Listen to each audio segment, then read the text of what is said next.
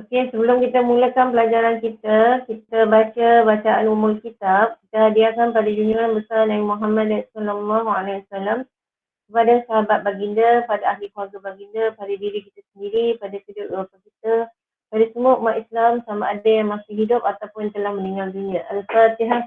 A'udzu billahi minasyaitonir rajim. Bismillahirrahmanirrahim. Alhamdulillahi rabbil alamin. Ar-Rahmanir Rahim. Maliki yaumiddin. Iyyaka na'budu wa iyyaka nasta'in. اهدنا الصراط المستقيم صراط الذين أنعمت عليهم غير المغضوب عليهم ولا الضالين. بسم الله الرحمن الرحيم وأفوض أمري إلى الله إن الله بصير بالعباد. بسم الله الرحمن الرحيم اللهم افتح علينا حكمتك وانشر علينا من خزائن رحمتك يا أرحم الراحمين. بسم الله الرحمن الرحيم اللهم فقهنا في الدين وعلمنا التأويل. اللهم فقهنا في الدين وعلمنا التأويل. اللهم فقهنا في الدين وعلمنا التأويل. Okey, Alhamdulillah kita jumpa sekali lagi. Hanya berapa orang ni? 6 orang sahaja.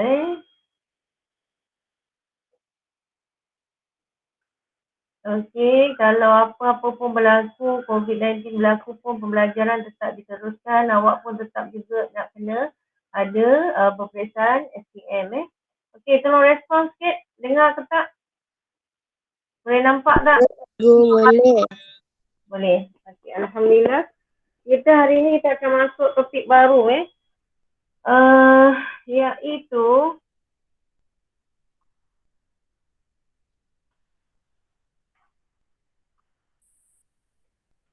okey.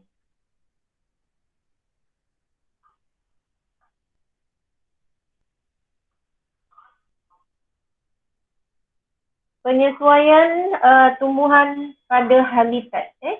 Dan kita punya penyesuaian tumbuhan ini adalah standard kandungan dan hari ini kita punya tu adalah mengelaskan tumbuhan berdasarkan habitat, mesofit, hygrofit, halofit dan xerofit dan menerangkan ciri penyesuaian halofit dan xerofit dari aspek pengambilan air dan garam mineral, pertukaran gas, sokongan dan juga fotosintesis. Okey, kita teruskan. Penyesuaian tumbuhan. Tumbuhan merupakan, adaptasi merupakan penyesuaian organisma terhadap persekitaran. Cikgu, Ya? slide tak ada Tak nampak ke?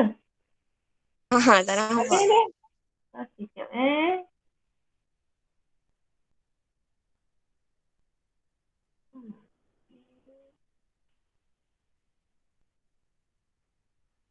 Kalau ikut dia macam dah ni. Sekejap Mula. Izin now.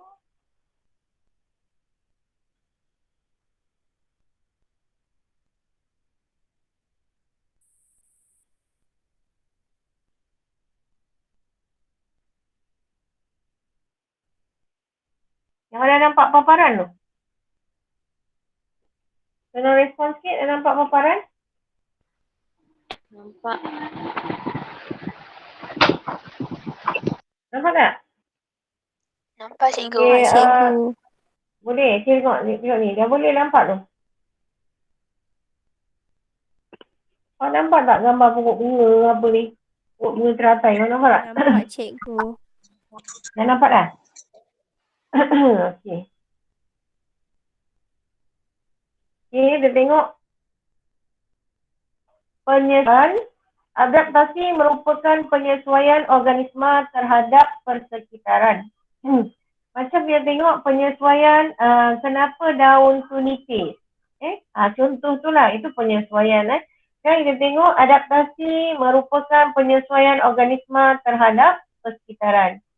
Semua organisma beradaptasi haiwan dan tumbuhan mempunyai struktur dan bentuk yang unik untuk menyesuaikan diri dengan persekitaran bagi memastikan kemandirian spesies. Kemandirian spesies maksudnya supaya organisma itu boleh terus hidup. Terus hidup. Okey, penyesuaian tumbuhan.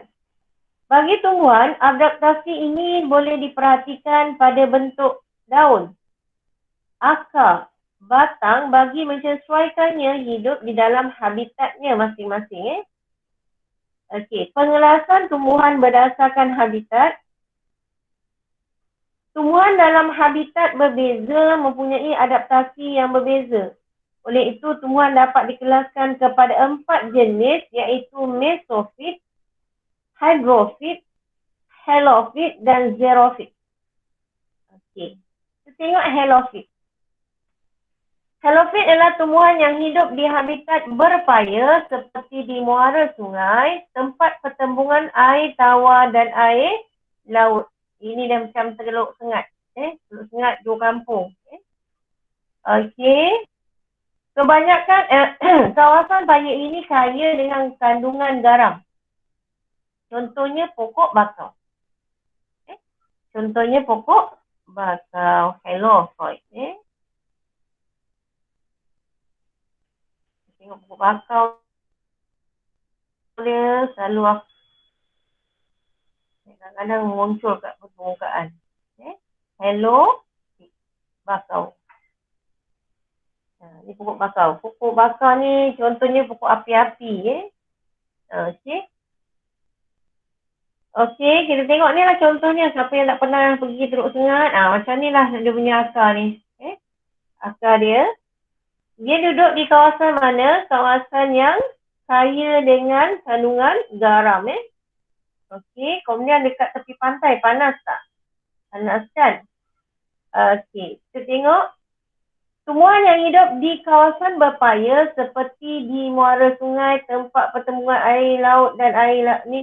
Okey, kawasan ni garam tinggi dah. Kita tengok hygrofit lah. Hydro maksudnya air. Tadi pun air juga kan. Halofit. Ni hygrofit.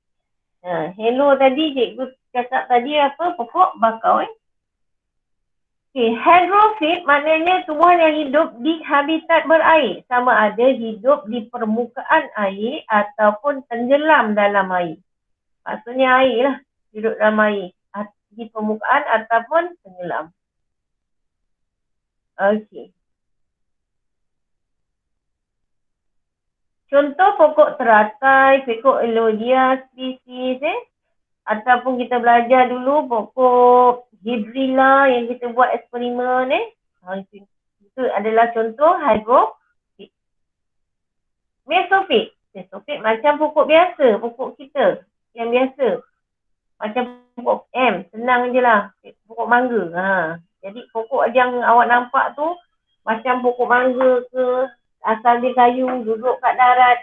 Itu namanya mesofit. Tumbuhan yang hidup di habitat yang tidak terlalu kering dan tidak terlalu berair serta di habitat dengan bekalan air yang cukup. Kebanyakan tumbuhan ini adalah tumbuhan mesofit. Contoh pokok mangga, pokok bunga raya, pokok getah. Senang aja. Pokok darat lah senang. Pokok darat ada 2 tapi satu yang macam ini. Xerofit. Tumbuhan yang hidup di habitat yang panas dan kering dengan kehadiran air yang sangat minimum iaitu tempat yang mempunyai suhu yang sangat panas seperti di kawasan gurun.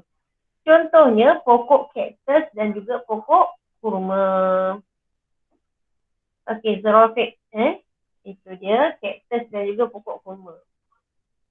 Okey, kita tengok ciri penyesuaian tumbuhan halofit. Halofit tadi cikgu lukis dia pokok bakau kan? Macam ni lah. Okey, halofit. Pokok bakau. Akar dia akar jangkang lah Halofit.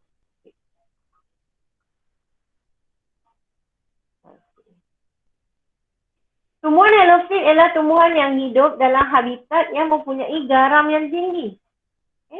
garam yang tinggi dan kandungan oksigennya yang rendah.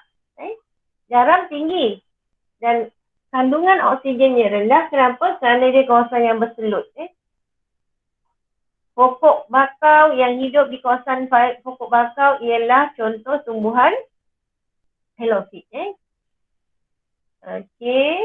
Apa ciri dia? Pertama, dia hidup kawasan dia pari bakau kan?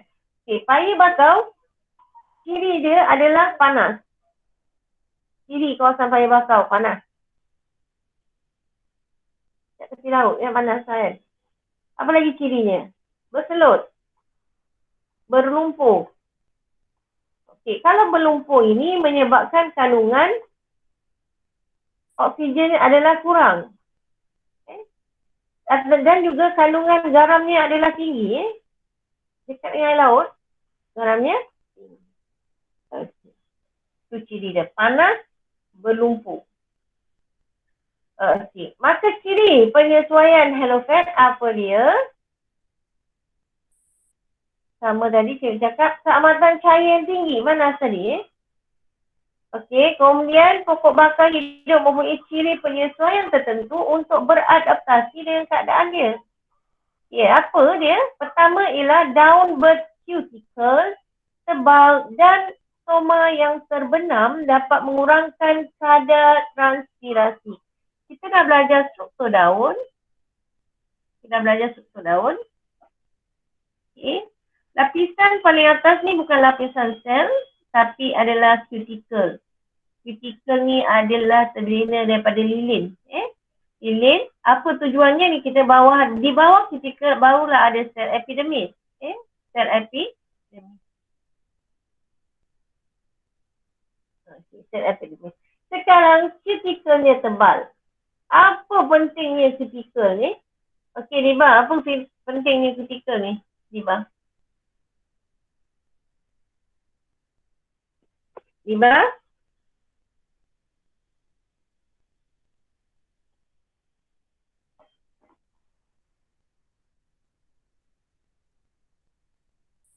Liba? Kau respon kalau cikgu cakap ni.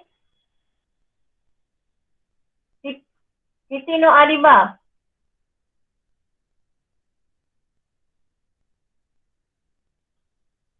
Siti Nur Adiba.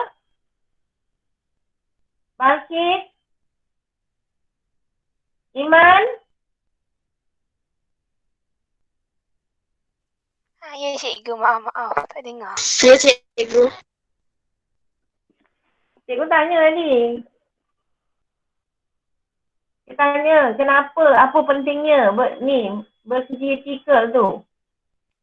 Menghalang kehilangan air.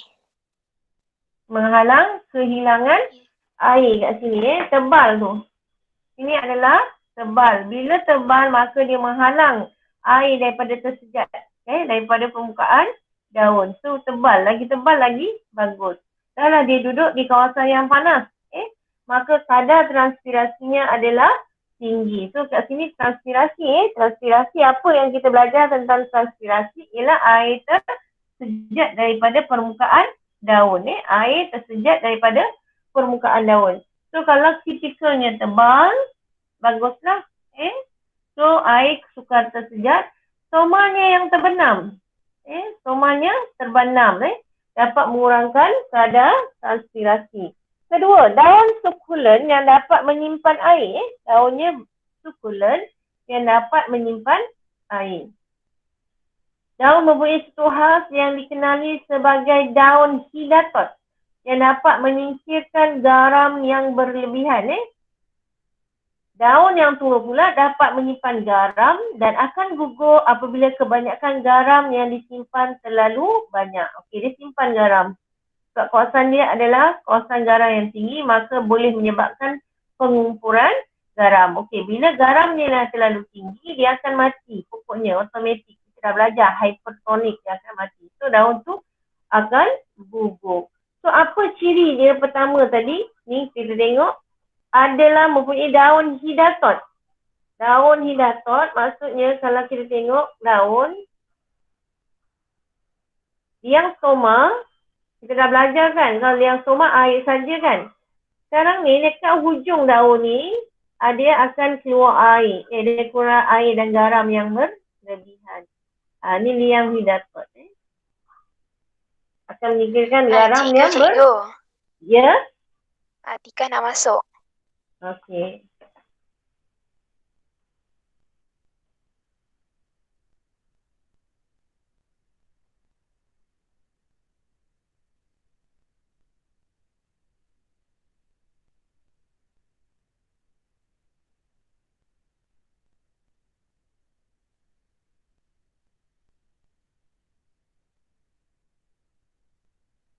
Okey. So, liang hidatot ini adalah berada di hujung-hujung daun untuk menyingkirkan garam yang berlebihan. So, ciri dia pertama adalah cuticle yang tebal, stoma yang terbenam, daun yang bersekulen. Sekulen ni untuk simpan air. Sukulen. Simpan air.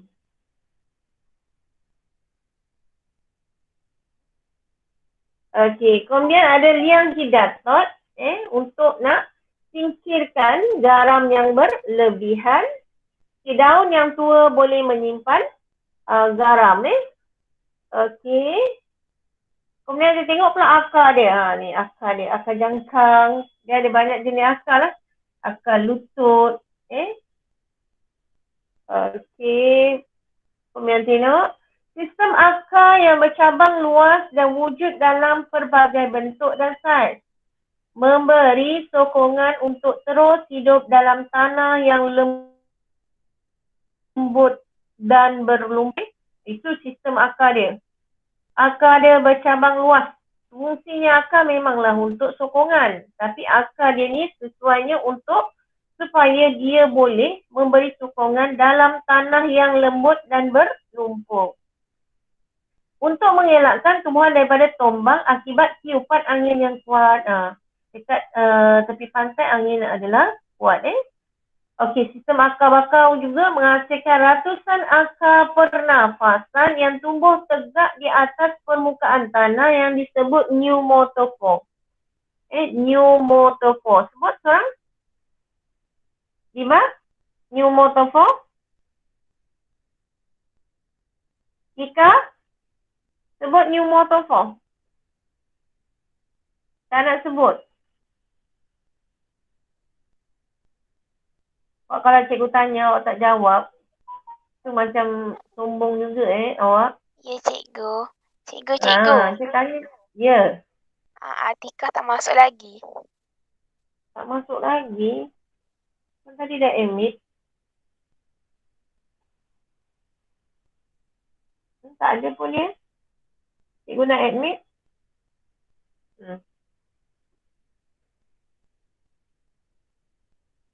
Dia dah.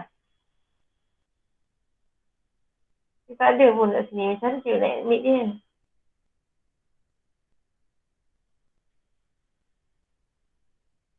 Okey. Kita tengok yang ni. Apa tadi cikgu dah sampai mana tadi? Okey, kita tengok. Akar.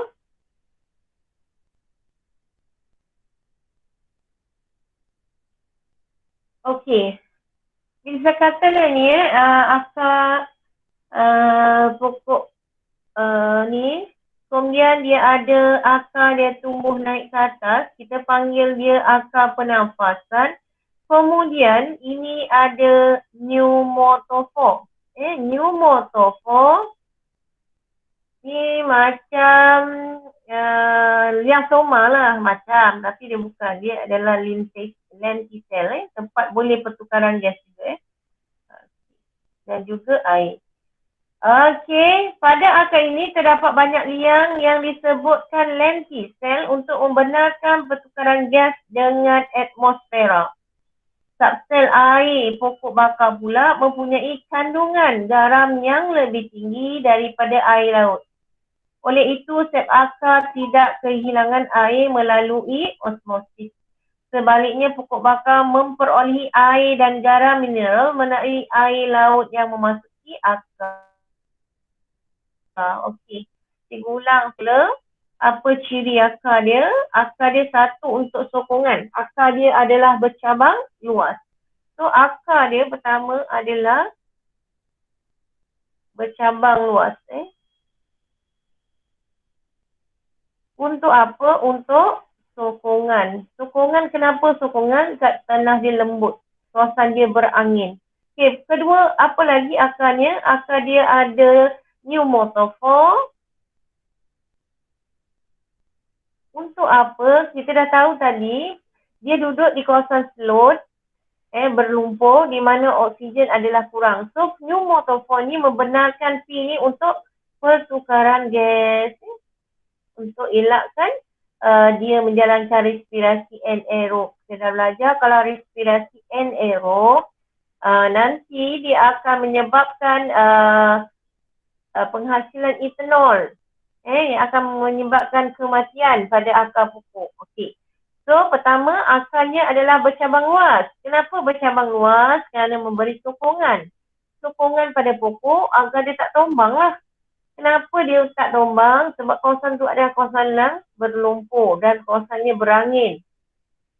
Kedua, dia mempunyai pneumotophore. Apa itu pneumotophore? Akar pernafasan, iaitu ada di dekat pneumotophore ni ada lenticel. Lenticel untuk pertukaran gas. Okey, apa lagi ciri dia?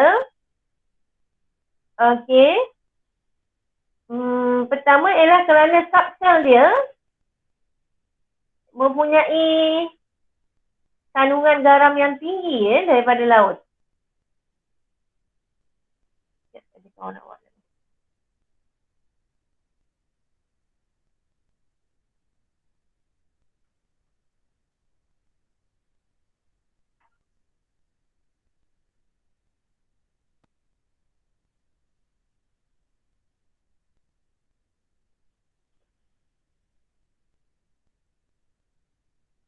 Okey, dia mempunyai kepekatan garam yang tinggi.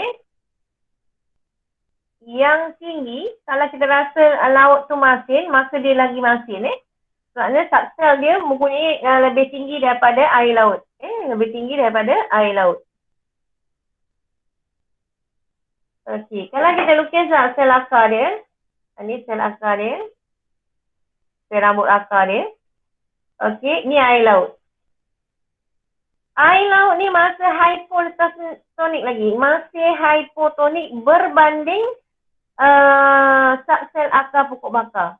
Kenapa? Kerana subsel akar pokok bakar mempunyai garam yang tinggi. Automatik dia adalah mempunyai keupayaan air yang rendah berbanding dengan air laut. Air laut ni walaupun kita rasa dia masin dah, tetapi akar pokok bakar pun lagi masin. So, air laut adalah hypotonik kepada sel akar pokok bakar, maka air akan meresap masuk ke dalam sel pokok bakar secara osmosis. Oleh itu, dia tidak kehilangan air. So, air dia dalam badan dia tak akan keluar. Itu maha suci Allah. Dia tengok walaupun dia duduk dekat laut, masih lagi dia lagi masin. Kalau kita pun dekat darat,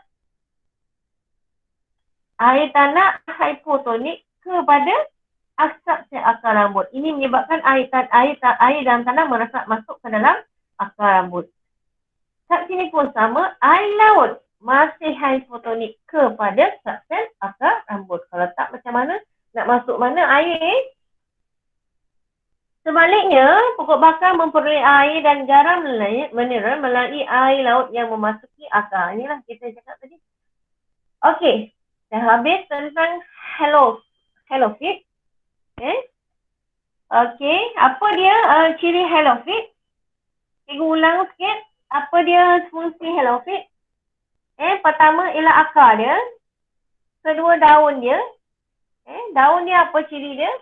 Okey, daun dari segi daun cutikal tebal, stoma terbenam, daun yang sukulen maksudnya boleh simpan air. Okey, kemudian kita ada apa lagi? Kita ada apa dekat daun? Daun tua dia boleh menyimpan garam mineral yang berlebihan. Tetapi kalau dah lebih sangat, dia akan mati dan gugur. Okey, itu dia. Cikgu ulang. Okey, kemudian dia ada Sutohidatot. Itu adalah pokok bakau dengan akar tadi. Cikgu dah terangkan ciri-ciri akar dia. Kita masuk kepada tumbuhan yang berikutnya, iaitu tumbuhan hydrofit. Hydro maknanya air. Air ini terbagi pada dua, sama ada dia simbol dekat permukaan, simbol di permukaan, ataupun tumbuhan yang tenggelam, duduk dalam air, tenggelam. Ataupun tumbuhan yang duduk atas air. Merujuk pada tumbuhan yang beradaptasi dengan habitatnya yang berair, sama ada terapung di permukaan atau tenggelam dalam air. Oleh itu, kebanyakan tumbuhan hydrofit mempunyai akar serabut yang menyediakan luas permukaan yang besar dan memerangkap gelembung udara untuk menjadikan tumbuhan hydrofit lebih stabil dan ringan. Lebih stabil dan ringan. Okey.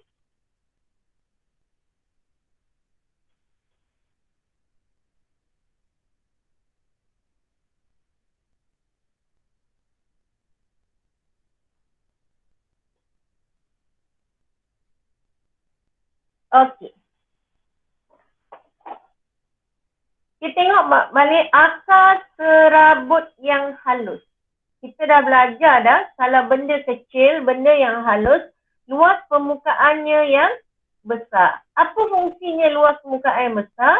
Dapat memerangkap gelembung udara untuk menjadikan tumbuhan hydrofit lebih stabil dan ringan. Menjadikan dia kurang tumpat. Sebab tu dia boleh terapung dan tegak di dalam air, di samping mempunyai daya apungan yang dihasilkan oleh air di sekelilingnya. Ini kita belajar fizik lah. Hello. Hello, Assalamualaikum. Ajar, minta maaf ganggu. Ajar, Ajar ada nampak tempahan kayu dah. Okey.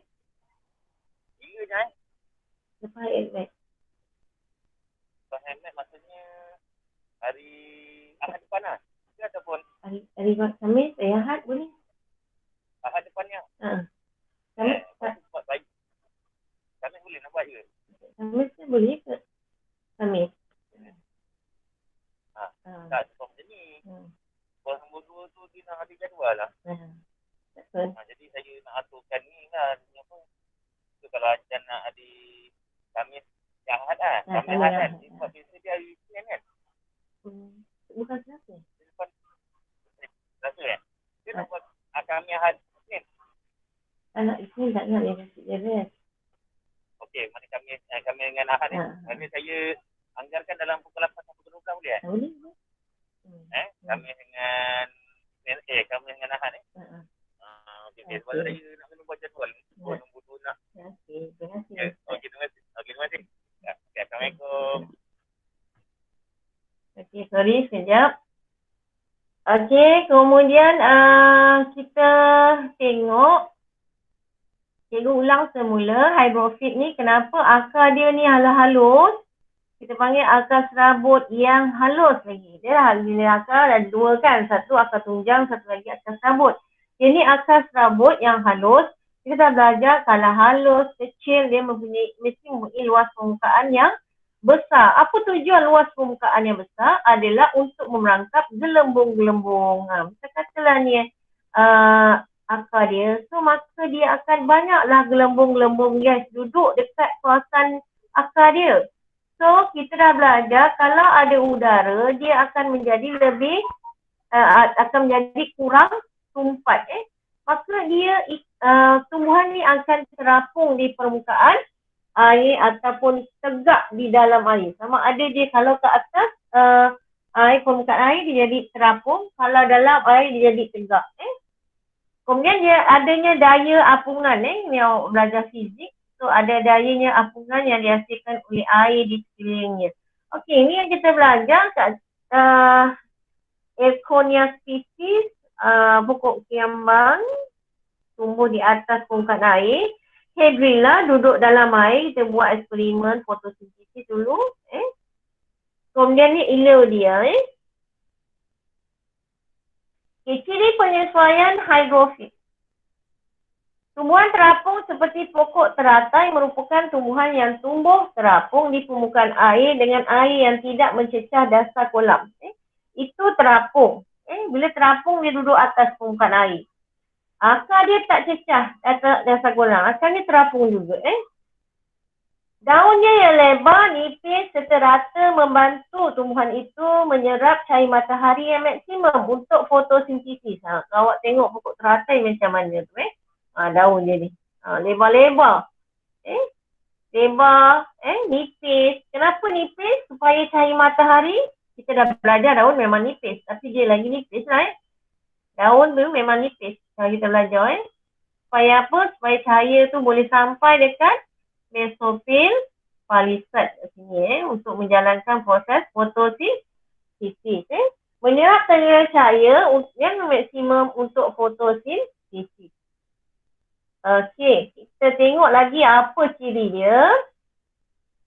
Soma bertaburan kebanyakan pada epidermis atas. Kalau kita tengok tumbuhan darat, somanya dekat bawah kan? Yang somanya dekat bawah. Kalau kita tengoklah tumbuhan darat. Tetapi ni tumbuhan hidrofit.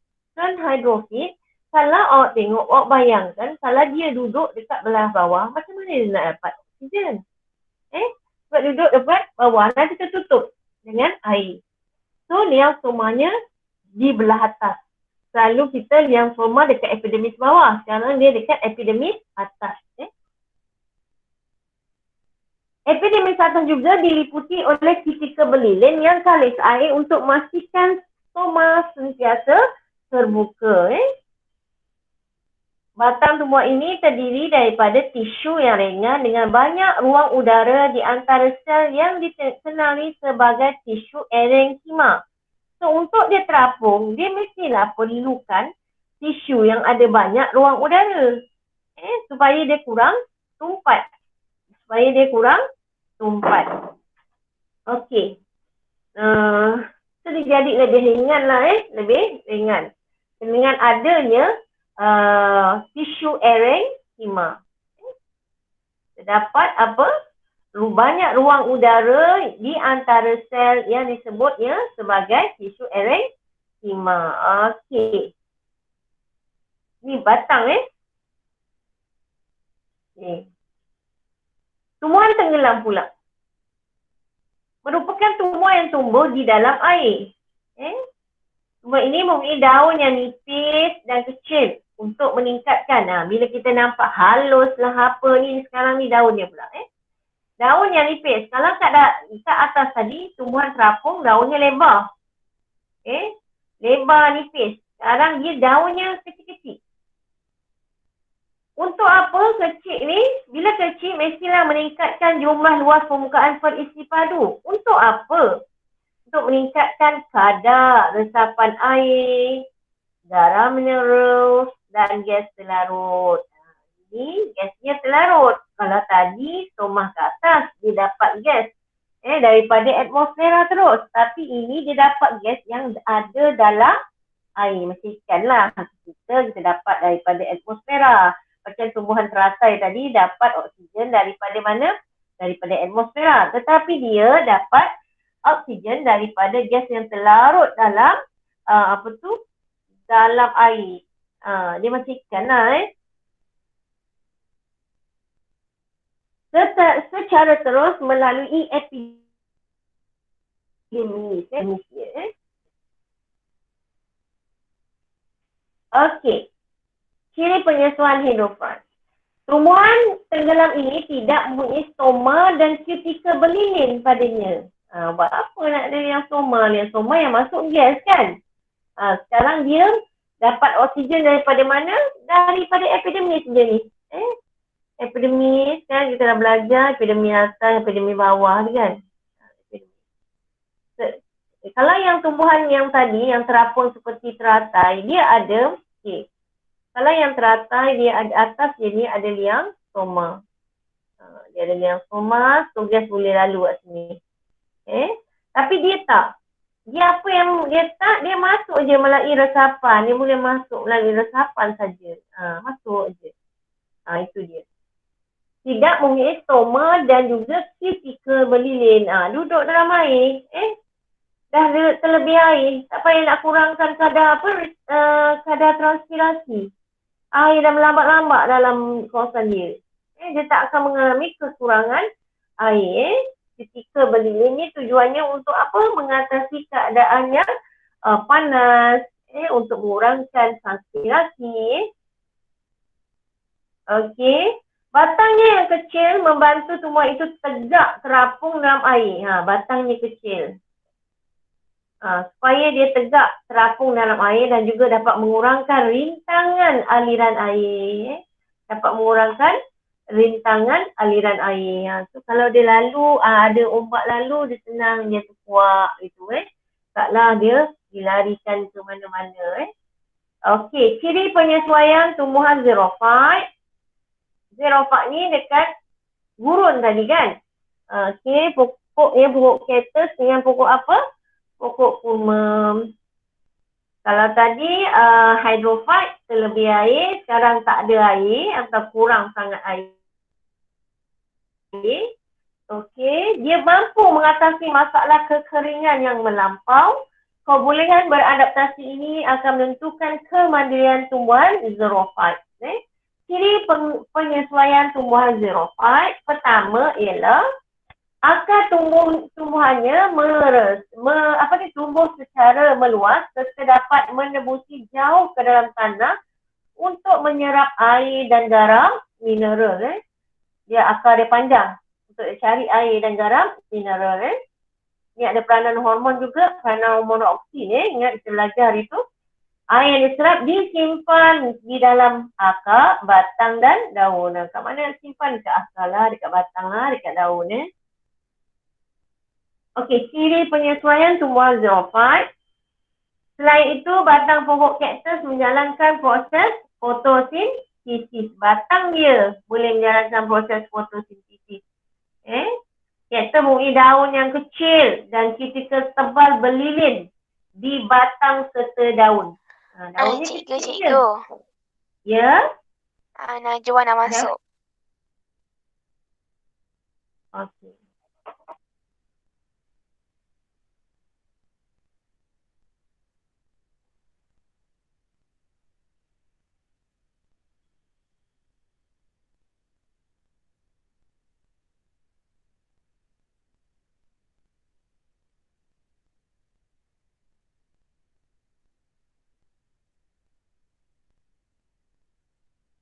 Okey, kita tengok pun kaktus ni halus je daunnya. Okey. Selain itu batang dia pun warna hijau. So dia boleh menjalankan proses fotosintesis. Kutikel tebal. Kalau kita tengok, kalau kutikel tebal ni macam pokok bakau jugalah. So kalau tebal, berlilin lagi untuk apa? Untuk supaya dia mengurangkan kadar transpirasi.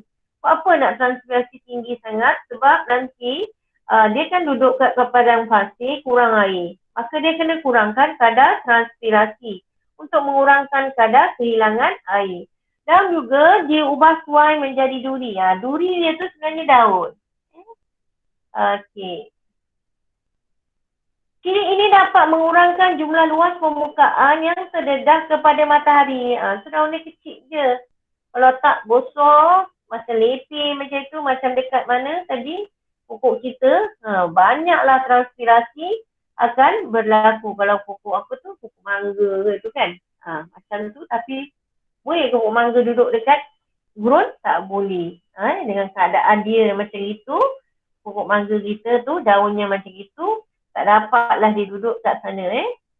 Kehadiran duri juga dapat membantu kaktus mendapatkan bekalan air dengan mengumpulkan embun. Okey. Embun akan menipis ke atas tanah dan diserap oleh akar. Okey. Selain itu, duri juga dapat menghalang tumbuhan itu daripada dimakan oleh haiwan. Stoma pokok kaktus pula terbenam untuk mengurangkan penyejasan air daripada daun. Okey, stoma dia terbenam. Duri itu adalah daun. Duri itu adalah daun. Kenapa duri?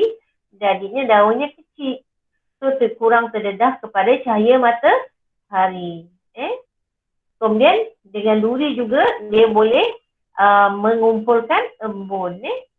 Okey. Kita tengok soalan pertama. Tolong jawab ni. Tumbuhan halofit merupakan tumbuhan yang hidup di kawasan fire. Halofit. Halofit. Apa dia contoh tumbuhan halofit? Lima? Pokok bakau. Pokok bakau. Okey, pokok bakau bagus. Halofit. Okey. Penyesuaian dia. Dia ada dua. Satu dekat daun, satu dekat akar. Okey. Kita tengok apa penyesuaian dekat daun. Seorang cuba. Kutikel tebal. Bagus. Kutikel tebal. Kutikel berlilin yang tebal. L tu untuk lilin. Lepas tu tebal. T untuk tebal. Tujuannya apa? T untuk kurangkan kadar transpirasi. Okey, bagus. Okey, apa lagi ciri daunnya? Tadi kita belajar. Ada liang hidatot. Hidatot. Okey, bagus. Ni ada tulis kat sini. Boleh tulis hidatot. Hidatot. Liang hidatot tu untuk nak singkirkan apa? Garam berlebihan. Garam berlebihan. Bagus. Lagi satu S. Daun sukulen. Sukulen. Maknanya sukulen untuk S untuk apa? Simpan air. Simpan air. Good. Okey, simpan air. Lagi apa lagi ciri dia? Hidatot, kutikel tebal, sukulen. Apa isi daunnya? S lagi satu S. Ada liang stoma tak? Pokok ni ada liang stoma tak? Ada. Okey, liang stomanya apa? Stoma yang terbenam. Terbenam. Stoma terbenam. Ada satu set lagi adalah daun tua dia boleh menyimpan garam. Daun tua menyimpan garam yang berlebihan. Okey, habis kita tengok kepada akar dia pula. Apa ciri akar dia? Bercabang luas. Cabang luas. Cabang luas ni untuk apa? Menyokong pokok. Sokongan. Lain dekat akar dia ada apa sebenarnya? Dekat akar dia untuk apa? Pneumotofo. Apa fungsi pneumotofo? P untuk apa? Pernafasan, pertukaran gas. Pertukaran gas. Dekat pneumotofo ni ada nama liang. Liangnya apa? Liang apa? Apa nama dia? Dekat pneumotofo L. Lenticel. Good. Okey, apa lagi ciri dekat akar dia? Subsel dia. Sel yang mempunyai kandungan garam yang tinggi. Okey, subsel mempunyai kandungan garam yang tinggi. Kandungan garam yang good. Bagus. Kita tengok daun yang begitu tebal bagi mengurangkan kehilangan air yang berlebihan secara transpirasi. Mempunyai sistem akar yang bercabang luas untuk memastikan tumbuhan halofit kekal tegak dalam tanah yang berlumpur untuk memastikan tumbuhan mendapat mata cahaya yang maksimum. Okey. Mengkaji sebatang pokok berdasarkan penelitian anda selama beberapa minggu dapati daun pokok tersebut tumbuh di atas pokok dengan cepat dan memberi tuduhan kepada batang pokok. Pokoknya besar, lepas tu ada daun dekat atas dia. Maksudnya ni pokok ada batang, lepas tu ada daun atas dia. Atas dia ada daun. Selain itu, duri pada daun dan batang pokok akalnya pula tumbuh berhampiran dengan permukaan tanah dan ada yang tumbuh jauh ke dalam tanah. Pada pendapat anda, apa sahaja jenis tumbuhan tersebut? Okey. Kita tengok ini adalah tumbuhan xerophyte. Sebab apa kita cakap dia tumbuhan xerophyte kat sini? Tengok ni. Tumbuh berhampiran dengan permukaan tanah dan ada yang tumbuh jauh dalam tanah. Okey. Sokong jawapan. Daun tumbuh di bahagian atas pokok bagi memberikan teduhan kepada batang akan kurang kehilangan air melalui penyekatan. Kemudian duri pada batang dan daun sebagai perlindungan supaya tiada haiwan menjadikannya sebagai makanan. Tapi haiwan pun pandai juga nak dapatkan. Air tumbuhan, akar tumbuhan tumbuh jauh ke dalam tanah untuk mendapatkan bekalan air. Itu adalah tumbuhan xerophyte. Okey, ini tengok pula ni.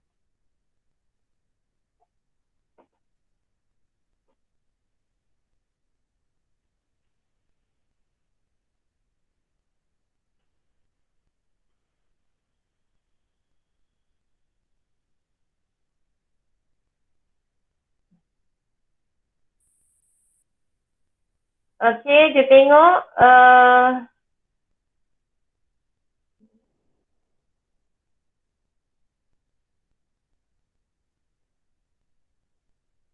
nyatakan kelas tumbuhan yang tumbuh di pokok bakau. Okey, ini adalah pokok halofit. Nyatakan masalah yang dihadapi. Okey, satu panas. Keamatan cahayanya tinggi. So, macam mana nak mengatasi keamatan cahayanya yang tinggi? Maka daunnya adalah sukulen. Betul tak? Stomanya terbenam. Cuticle tebal. Okey, itu contohnya.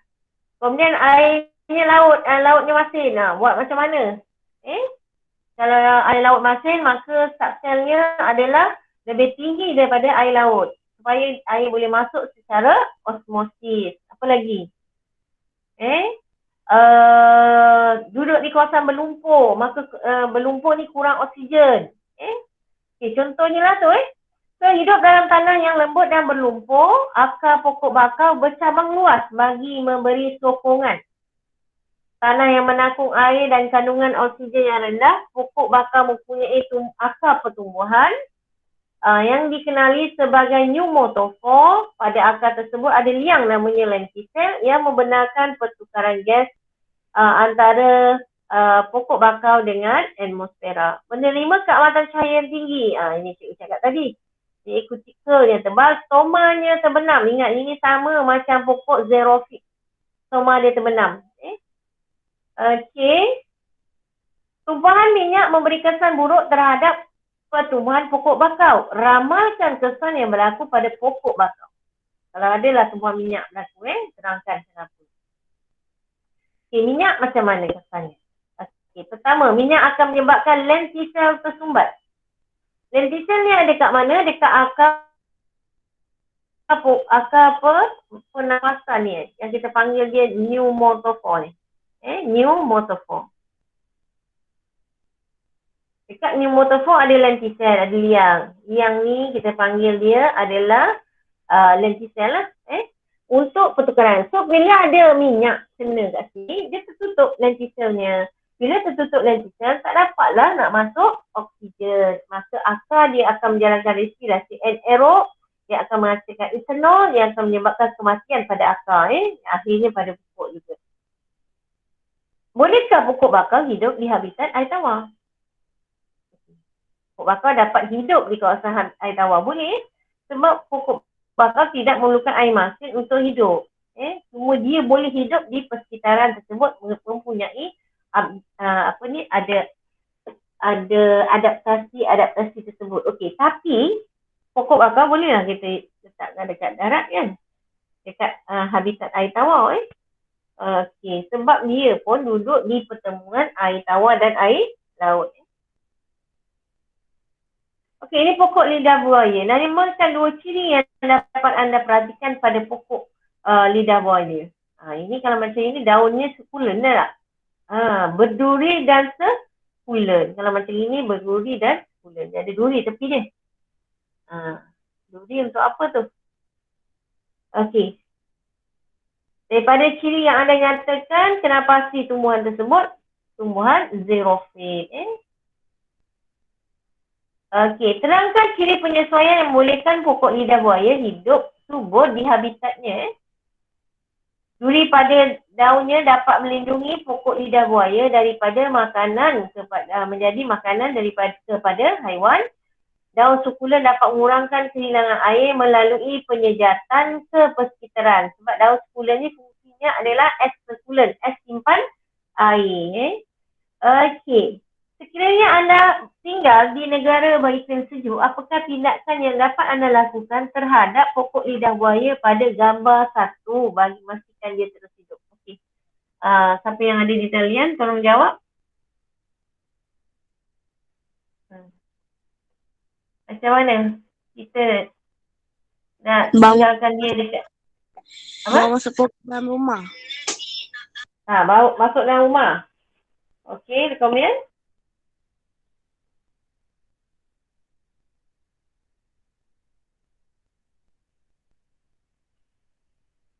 Kenapa tak boleh duduk kat rumah?